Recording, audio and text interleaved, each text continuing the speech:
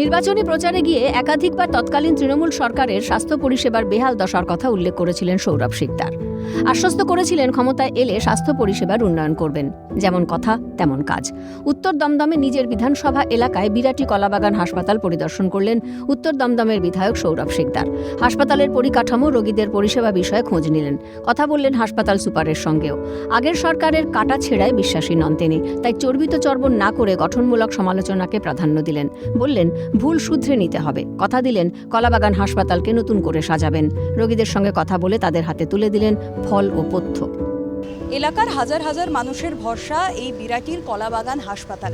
এখানে চিকিৎসা কেমন হচ্ছে, ইনফ্রাস্ট্রাকচার কেমন বা রোগীরা কেমন পরিষেবা পাচ্ছেন তা পরিদর্শন করতে আজ এলেন উত্তর দমদমের বিধায়ক সৌরভ শিকদার। তিনি রোগীদের সাথে, রোগীর পরিজনদের সাথে কথা বললেন, হাতে তুলে দিলেন ফল এবং তার সাথে কিছু সামগ্রী। এখানে যারা ভর্তি রয়েছেন তার সাথে কথা বললেন হসপিটাল সুপারের সাথে। এই হাসপাতালে কি কি দরকার, কি কি প্রয়োজন, আর তার সাথে আরও কি কি উন্নত হতে পারে সেই বিষয়ে কথা বললেন। দেখুন, যেহেতু আমার বিধানসভায় কোনো বড় হাসপাতাল নেই, একটা এই হাসপাতাল আছে, একটা আমাদের নিউ ব্যারাকপুর মিউনিসিপ্যালিটির হাসপাতাল আছে, তো আমার এটা পরিকল্পনা আছে এই দুটো হাসপাতালকেই আপগ্রেড করার।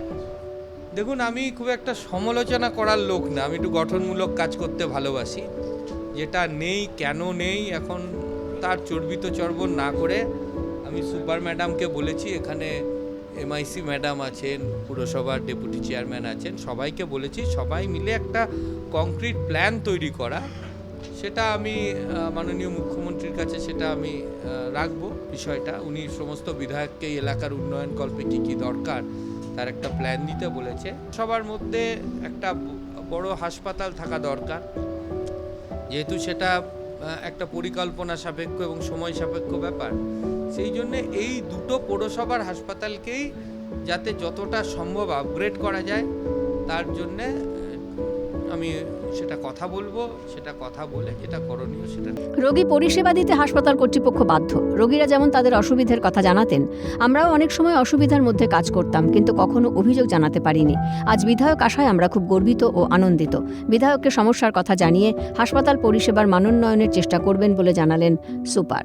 কারণ আমরা এত বছর ধরে হাসপাতাল চালাচ্ছি, কিছু তো আছে। আজকে আমরা যে এখানে চাকরি করছি, কাজ করছি, আমরা কি কোনো অসুবিধার সম্মুখীন হচ্ছি না তা তো নয়। জনগণ যেমন না পেলে তারা যে এটা জানাচ্ছে, অভিযোগ জানাচ্ছে, আমরা কিন্তু অভিযোগটা জানাতে পারি না। আমাদেরকে কিভাবে পরিষেবাটা দিতে হবে আমরা সবসময়ই সেই চেষ্টাটাই করে যাচ্ছি। এবং উনি এসছেন আমাদের কাছে, আমরা খুবই আনন্দিত, গর্বিত। আগামী দিনে আমরা আশা রাখব আমাদের এই হাসপাতালকে, এই উত্তর দমদমের মানুষকে যাতে আমরা আরও ভালোভাবে পরিষেবা দিতে পারি, তার জন্যে আমাদেরকে যা যা প্রয়োজন আমরা ওনাকে নিশ্চয়ই জানাবো। আমরা আশা রাখব উনি যতটা পারবেন আমাদেরকে সেগুলো দিয়ে হেল্প করা, মানুষের পাশে দাঁড়ানোর জন্য। বিরাটি কলাবাগান হাসপাতাল পরিদর্শনের পর বিজেপি বিধায়ক গেলেন আনন্দমঠ প্রবীণ আবাসে। রক্তের সম্পর্ক রয়েছে প্রয়াত নেতা তপন শিকদারের সঙ্গে। মঙ্গলবার প্রয়াত নেতার মৃত্যুদিন। এদিন তাই সাধারণ মানুষের কল্যাণার্থে গোটা দিন কাটালেন বিধায়ক সৌরভ শিকদার। বিধায়ককে পেয়ে বরণ করে নিলেন আনন্দমঠের সদস্যরা। প্রবীণ আবাসিকদের সঙ্গে গাইলেন বন্দে মাতরম। ভবিষ্যতে ফের আসবেন বলে কথা দিয়ে গেলেন সৌরভ শিকদার। আশ্বস্ত করলেন প্রবীণ নাগরিকদের পাশে থাকার। আজকে জননেতা প্রয়াত তপন শিকদারের তিরোধান দিবস। উনি মানুষের কাজ করতে ভালোবাসতেন, মানুষের সাথে থাকতে ভালোবাসতেন। তাই আজকের দিনটা একটু অন্যরকমভাবে রাজনৈতিক অনুষ্ঠানের বাইরে আমরা একটু অন্যভাবে কাটাতে চাই। তাই এখানকার আবাসিকদের সঙ্গে দেখা করতে আসা, তাদের একটু সুবিধে অসুবিধে শোনা, তাদের হাতে সামান্য ফল মিষ্টি তুলে দেওয়া, এটাই একটা সামান্য প্রয়াস সবার সাথে অন্যভাবে এটা কাটাতে। মানুষের পাশে থেকে তাদের সমস্যা সমাধানে একাধিক বিধায়ক কার্যালয় খুলেছেন বলে জানালেন সৌরভ। পাশাপাশি ফোন নম্বর দিয়ে বিভিন্ন জায়গায় ফ্লেক্সও লাগিয়েছেন বলে জানিয়েছেন বিধায়ক। এবং আমি যে জন্যে এই দমদমে আমি একটা বিধায়ক কার্যালয় না করে বিভিন্ন জায়গায় করা হয়েছে। আপনাদের মহাজাতিতে আমি একটা কার্যালয় করেছি, 6 নম্বর গেটের কাছে একটা কার্যালয় করেছি, দুর্গানগরে একটা কার্যালয় উদ্বোধন হচ্ছে, নিউ ব্যারাকপুরে একটা হয়েছে, আর একটা করার প্ল্যান আছে, যাতে মানুষকে খুব বেশি দূরে না যেতে হয়। আমি তো আমার ফোন নাম্বার দিয়ে আমি পুরো আমার বিধানসভায় আমি ফ্লেক্স লাগিয়ে দিয়েছি।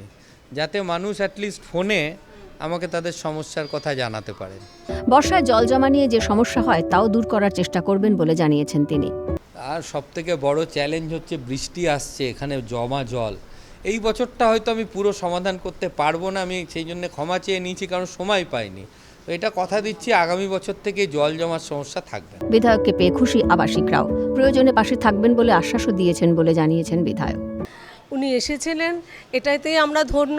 এবং উনি ব্যস্ত মানুষ। আজকে তো তপন শিকদার মহাশয়ের মৃত্যুদিন, যার জন্য উনি অনেক জায়গাতেই বৃদ্ধাশ্রমে যাচ্ছেন, আমাদের এখানেও এসেছেন, তার মধ্যে সময় দিয়েছেন এবং কথা দিয়ে গেছেন ভবিষ্যতে আসবেন এবং আমাদের সঙ্গে কিছুটা সময় দেবেন। এবং আমাদের সবচেয়ে বড় কথা দিয়েছেন যে আমাদের যে মানে সুবিধা বা কিছু প্রয়োজনীয়তা উনি সেটা মেটানোর চেষ্টা করবেন। নবনির্বাচিত বিধায়ক সৌরভ শিকদার আমাদের মধ্যে এসেছিলেন। আমরা খুশি যে তিনি তার অত্যন্ত ব্যস্ত সময়ের মধ্যেও আমাদের আনন্দমঠকে কিছু সময় দিয়েছেন এবং বলেছেন যে ভবিষ্যতে তিনি নিশ্চয়ই আমাদের সঙ্গে যোগাযোগ রাখবেন এবং কোনোভাবে যদি আমাদের প্রয়োজন হয়, আমরা যদি তাকে জানাই, তিনি আমাদের সাহায্য করবেন। দীর্ঘ 50 বছরের অন্ধকার কাটিয়ে আরতি মণ্ডলের ঘরে দুয়ারে আলো এনে দিয়েছিলেন এই বিধায়ক। যে কাজ 5 দশকেও হয়নি তা সম্পন্ন করেছেন মাত্র 7 দিনে। এভাবেই মানুষের পাশে থেকে কাজ করায় অঙ্গীকারবদ্ধ সৌরভ শিকদার। তার প্রমাণ মিলল আবার।